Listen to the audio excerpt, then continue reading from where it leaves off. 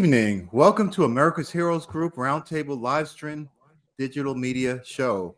I am your host, U.S. Army Iraqi Combat Medic and Flight Surgeon, Colonel Dr. Damon Arnold, U.S. Army National Guard retired. And I have a panelist that I'm so happy to see him. He is like a warm part of my heart every time I see him. But this is Steven Bramer. He is a U.S. Army Iraq Purple Heart recipient, a veteran, and a chapter service officer of Hammond, Indiana, DAV Chapter 17. He is one of the most remarkable people I know. He's helping so many veterans navigate through troubling times, and we need this more now than ever. And what we're going to do is have a discussion about the DAV 2025 agenda, the new VA, and also President Trump's administration. How are you doing, Steve? I'm doing good. How are you doing? Good, good. It's always good to see Happy you. New Year. Happy New Year. I guess we can still say that. Yeah, right? Okay, Steve. So tell me, what's going on with the DAV 2025 agenda? So, it's the beginning of the year. So everybody's just getting everything, planned out for the rest of the year. And, as far as my chapter in Hammond specifically, we have a couple events throughout the year.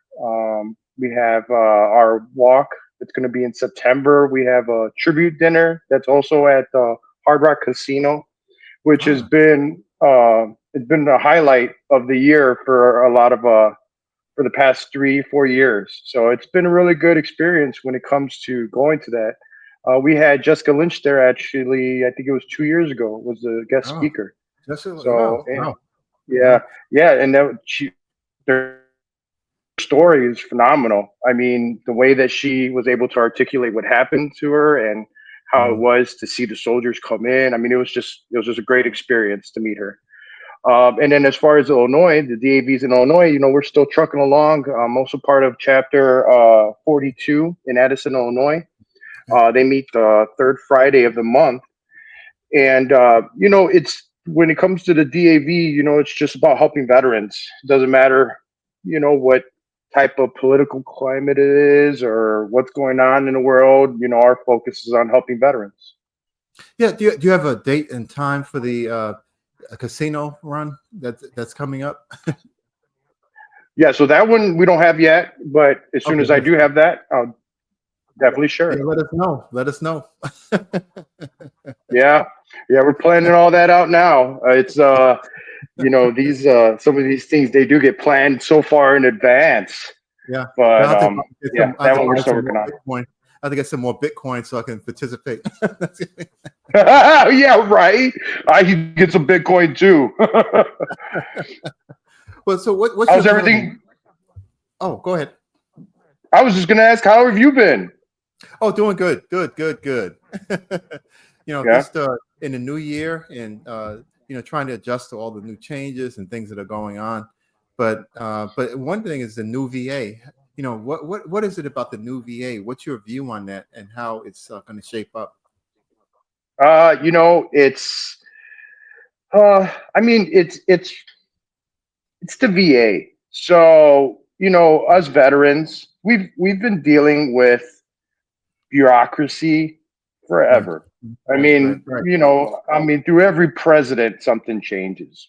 But but it is something that we have to look towards. During Trump's first administration, they did away with a lot of the case law that was, that people, veterans would take VA to court and then they would win, and then that would become what's called case law, where they would then be able to use that as reference towards other claims and stuff. And that got kind of did away when they did, I think that was the Appeals Modernization Act. So then when Biden came in, that's when they did the whole PACT Act. So that was a big change as well. A lot of stuff that would previously get denied, like heart disease for Agent Orange, was now finally. Some of the changes is that I know of is tinnitus is now not a standalone claim, or a rating. Now really? tinnitus has to be, the other one that I've heard of is sleep apnea. Sleep apnea is now based off of, so the way that they graded sleep apnea before is they graded it off the treatment. So if you had the CPAP machine, then it was 50%, but they wanted to change it. So now it's geared towards, how many times you stop breathing throughout the night. So those are changes that we're trying to adjust to and see how that affects our veterans that we're helping. Wow. That's a big change. I wasn't aware of that. Yeah. Yeah, sleep apnea was the only condition where they graded it off the treatment. Right. Before it wasn't graded off of how many times you stopped breathing throughout the night. It was based off of if you had a CPAP machine. Right. So now that they're changing it's they're going to have to come up with the rules for it and what the criteria is, and then we're going to have to see how that is. I've heard there's going to be other changes, but I don't know yet what those are. Yeah, but will that be retroactively applied, or this for people who are applying, going to the future? So I'm wondering So if people are going to if lose their you benefit. Yeah. so if you had sleep apnea already and Yeah. you had the 50%, you're grandfathered in. Okay. Then if you file for sleep apnea starting now, then you would be, covered under the new criteria. So the Right. problem is, what a lot of people is, whenever you file a claim, you're opening your claim for everything. So if Ah. say I had sleep apnea at 50% and then I had 40% for my back, and I file a claim for my knee. Well, when I file my claim for my knee, the VA can look at those other conditions even though you didn't file it. So Wow. you're taking a risk of them being able to look at, like, say, sleep apnea and trying to do it off of the new criteria. So you got to be careful about when you're Wow. filing a claim. Yeah, it's Wow. another one is when guys have 100%, like happened with the PACT Act. Guys had 100%, then they were eligible for other conditions, so they would apply, and then it would get granted. They wouldn't get any extra money, any extra percentage.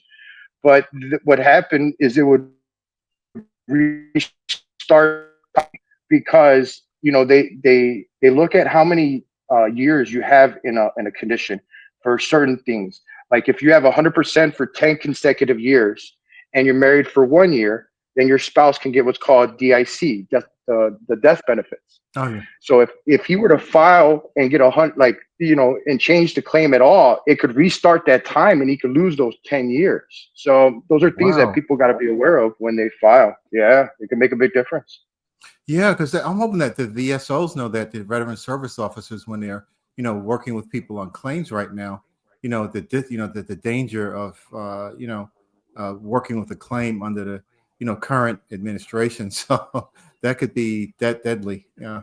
Yeah. That's why I recommend people to go to a VSO, because they're Yeah. supposed to know all the new rules. I Ah. mean, I couldn't tell you how many times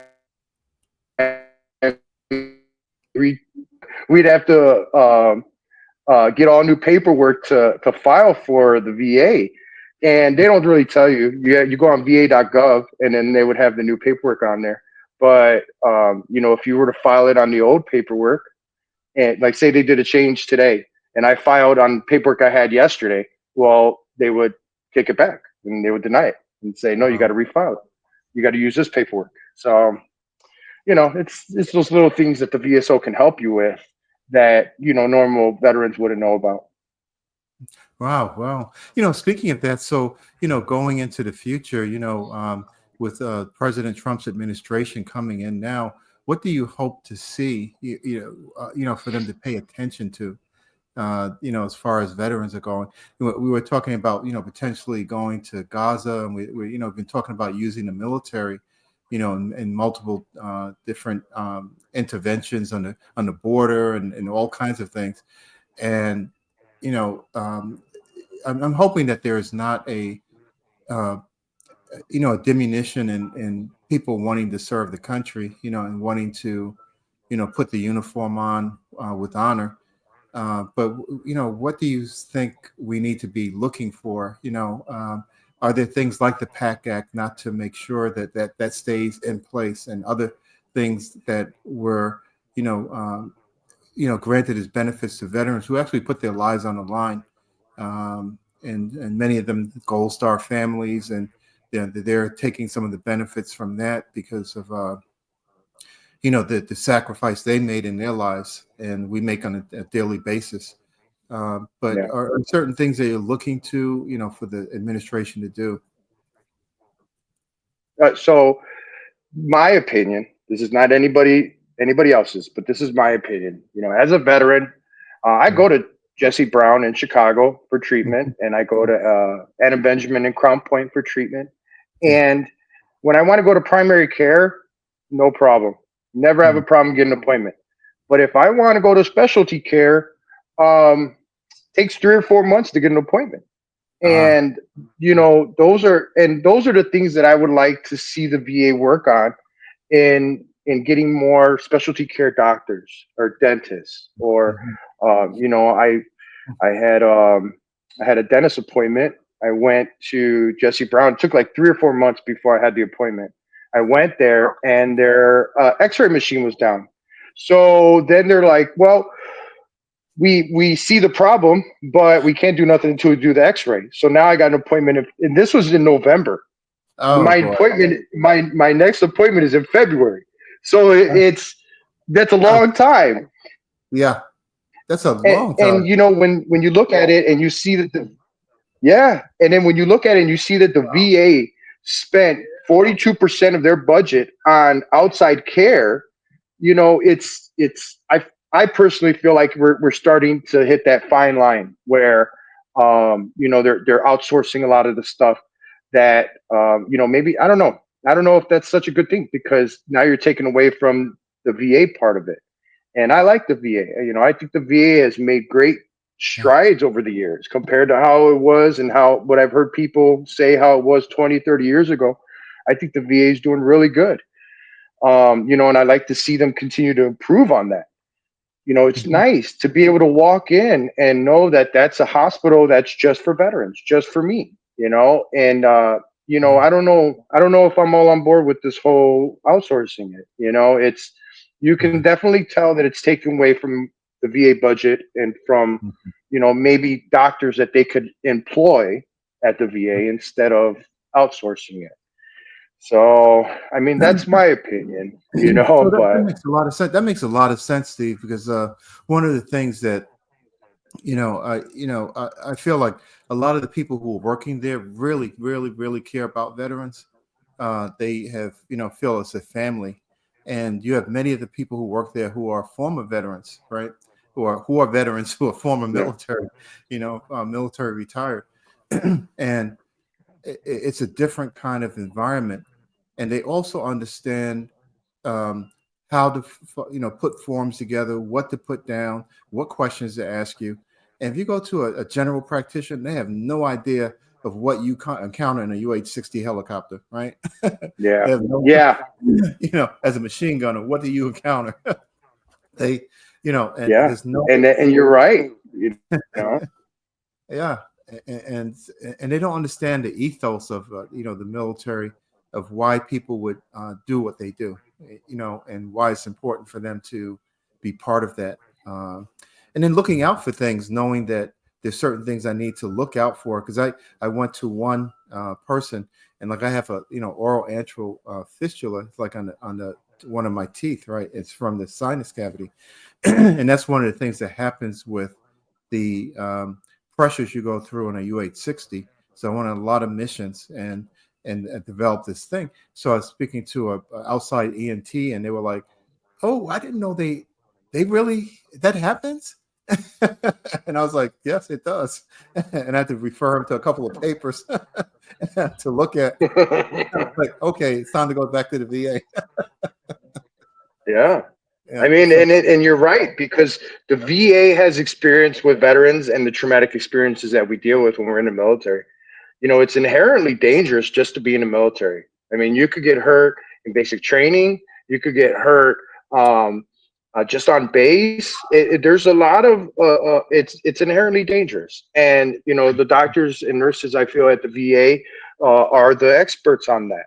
So it's nice to know that those people are there when, when I have a dentist appointment, when I got hurt in Iraq, I slammed my face on the weapon after the wire got me around the neck. I slung shot forward and I hit my face on the weapon, knocked myself out. So when I go there and they see that I have TBI in my records, they see that I messed up my front of my face. Like they see that and they know how to treat certain things like that.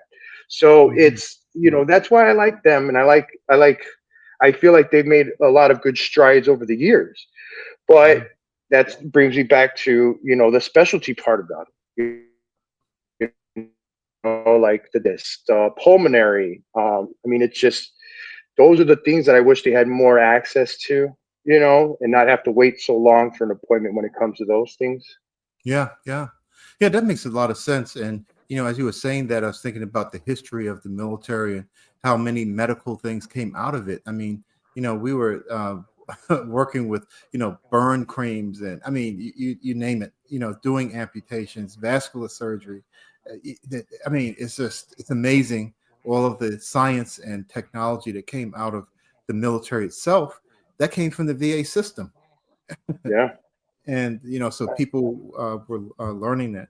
But yeah, so what is it that you feel, for the DAV 2025 agenda is critical for people to understand? How do they connect with you and connect with the DAV in order to, benefit from all the things you offer? Because you offer an array of things, right? So how would they get in contact with you or, get involved in DAV activities? Okay. So so there's a good question. And, what the DAV has is the DAV has offices at the different centers. So at Jesse Brown, across from the parking lot in the government part of it, there's the DAV Chicago office where you can go there and you can file a claim, or you could add benefit or add dependents to your claim. Indianapolis also has also has a DAV office. But what I direct people to do is to go to the different meetings throughout the month, and Illinois has a lot of them. There's DAV Chapter 84 in Crestwood. That one, if anybody wanted to go to that one is the first Friday at 6:30 p.m. at 4428 Midlothian Turnpike in Crestwood. There's DAV Chapter 6 in Chicago. That one is the second Tuesday at 7 p.m. And that one, the address for that is 809 East 42nd Place in Chicago. There's DAV Chapter 42, Chicago, Illinois. That one's the third Friday at 6 p.m. And the address for that is 446 West Lake Street. And when you go to these different meetings, there's a DAV National Service Officer that goes to these meetings. And, that's why I like the DAV, because you don't just have to go to the office in Chicago to see a service officer. They also have service officers that go to the meetings. And I feel like it's a lot easier to be able to ask certain questions to the service officer. The service officer can actually sit down with you and look at your claim, access the VA system, tell you what's the best route to go. Because when you do a claim, you want to be able to go off of the evidence that you have in your records. So the fact that the DAV has access to the VA system is huge. So when you go to these different meetings, you would just, sign in, and then they'll call you at the end of the meeting. They call you up, and I have one that goes to my chapter, Robert, and that one is the one in Hammond. It's the first Thursday, which is actually tomorrow of the month, and it's at 7 p.m. at 5820 Holman Avenue. And I think Robert's awesome. He does great work. He's very thorough, and the fact that these guys, when they go to the meetings, the DAV doesn't tell them to go to the meetings. They go and they volunteer on their own time. So when they're going to the DAV meetings, they're not getting paid for that. They're volunteering their time to do that. And I like that. I think that's awesome. The veteran community is very a lot of volunteerism with the veteran community, and I like that, because that's what I do. I volunteer a lot of my time too. Oh, fantastic. Yeah. Because this is something that um, it's like you don't ask for pay when you take care of your family, right? Yeah, And this is how we feel about each other. It's family. There's nothing that a veteran couldn't ask me to help them do, that's legal. but but there's nothing they couldn't ask me to do, to help them, to live a better life. They deserve it, every moment that they're existing and breathing, and that's just part of our life, and what we should be part of. Um, so, I think I think this is a great time for veterans in this area because I feel like veterans are very active in Northwest Indiana and Chicagoland area. I mean, it's just when you go to some of these DAV meetings, like the one in Addison, or in Addison, Illinois, the Chapter 42 one, and you'll see 100, veterans there, and Wow. that's, I mean, that's awesome because now you're talking to veterans who've been through the system, have been through claims, and they can explain their part of it to you and what they experienced. And veterans, we're a unique group. We went through something unique, and it doesn't end after you get out of service. We like to stick together. We like to be there for each other, and I love that about veterans. We don't leave a man behind. Yeah, yeah, most definitely. And earlier I had a discussion with a Dee Thal. She's actually working with a group that is providing mental health services, and she talks about the context of family and community. And we had a discussion about that veterans should not be left alone within their own communities too, and within their own families. People need to realize that they have, needs that um, they can help them with, and help to rebuild some of the things that their lives, for some of the things they experience. We've had people who are over in Iraq, and it still is astounding to me, doing 2 tours, 3 tours, 4 tours, 5 tours. I mean, it's like Yeah, unheard of, unprecedented in history of the military, that people were spending that much time in combat. And it almost like it reminds me of the Civil War. People were in there for years, right? And that's the only yeah, other thing I can compare it to, because you always had rotations, World War II or Vietnam or Korea.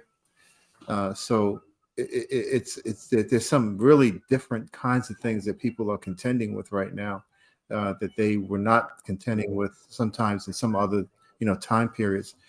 But all veterans have gone through a tremendous sacrifice, just by putting their uniform on, as you said. And you were mentioning that earlier about you're always at risk, and it's always an inherently dangerous thing. We learned that just now with the helicopter accident in DC. yeah, And this was a training mission, a nighttime training mission in a UH-60 with, and we don't know all the details about the night vision goggles and altitude and all that. NTSB is still trying to figure all that stuff out. But my heart just goes out to them and their families, yeah, that, they, died during a training mission. And people think that, oh, the only way you can, potentially die in the military is in combat. No, mobilization itself is inherently dangerous and can lead to the deaths of people. And so we have to realize that this is a dangerous job that people have accepted, by putting that uniform on. And so, what do you see on the horizon for, um, veterans? What would you like to see as far as veterans benefits? Because you were talking before about making sure that you get more access to acute specialty care, and without having to wait months and those kinds of things. What other things do you think that veterans, um, need to be, you know, exposed to? I was mentioning to this psychologist earlier that one of the things is that mental health, as for example, PTSD, people have a tendency to say, "Oh, this is a veteran, this is a combat veteran, this is crazy," right? And they don't give you anything. It becomes a stigma, right? And it becomes a negative thing about this person. And I was saying, what would she tell other providers who are out there who are in the general public treating people, about veterans? And she was saying, treat them as people and learn who they are. And there needs to be a recognition that that person that is, wearing, an old military jacket or wearing a cover, with what they have gone through, it is also a badge of honor. They were honored to have given their time and their effort and whatever they went through to secure the nation. They're securing the foundations of democracy, an open public space for you to have public discussions, a public square, making sure that you pay attention to the right to vote for everyone, and making sure that we address the concerns of minority groups. And when I say minority groups, military personnel are part of a minority group. We're less than 1% of people who serve right in the country.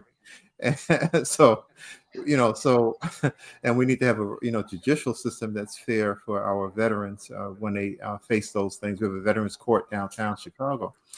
But this is something that I think that they have to understand what it means to have served, and that in a very nonpartisan way, making sure that we are doing things that are constructive for veterans as a society, because your freedom is not free. You depend on them to make sure that you maintain that. And we're going to some very difficult times, politically and globally, with potential wars and all kinds of things. Realize that those are the people that are going to be protecting you. So we have a couple of minutes to go now. So I'm going to let you just tell us, how people should be getting involved with the DAV 2025 agenda. Should they be getting in contact with their legislators to make sure that veterans are supported as we're going into this new administration and as things start to change? How can people, reach out? And so maybe you can just tell us a little bit about, what you feel the services are available from the DAV, and then what people should be doing in the general public to support us. Yeah, so I definitely think, if you're a veteran, you should definitely get involved, because the VA is something that you may need in the future. A lot of these younger guys, you're right, they did go on 4 or 5 different tours, unprecedented. Right. And, now they're back civilians, and, a lot of them get jobs, they have their own health care, they don't really need the VA. But then when something bad happens, that's when it could really, be something that could benefit you in the future, but, get involved and keep track of the legislation that's out there, and, contact your legislators for benefits for veterans. Okay, we're out of time, Steve, but we're going to have you back again, of course. But I'll be getting my Bitcoin ready, so let me know about that EP all night. And stay with us. All right. For our next show. Thanks, Doctor. Good seeing you. See you.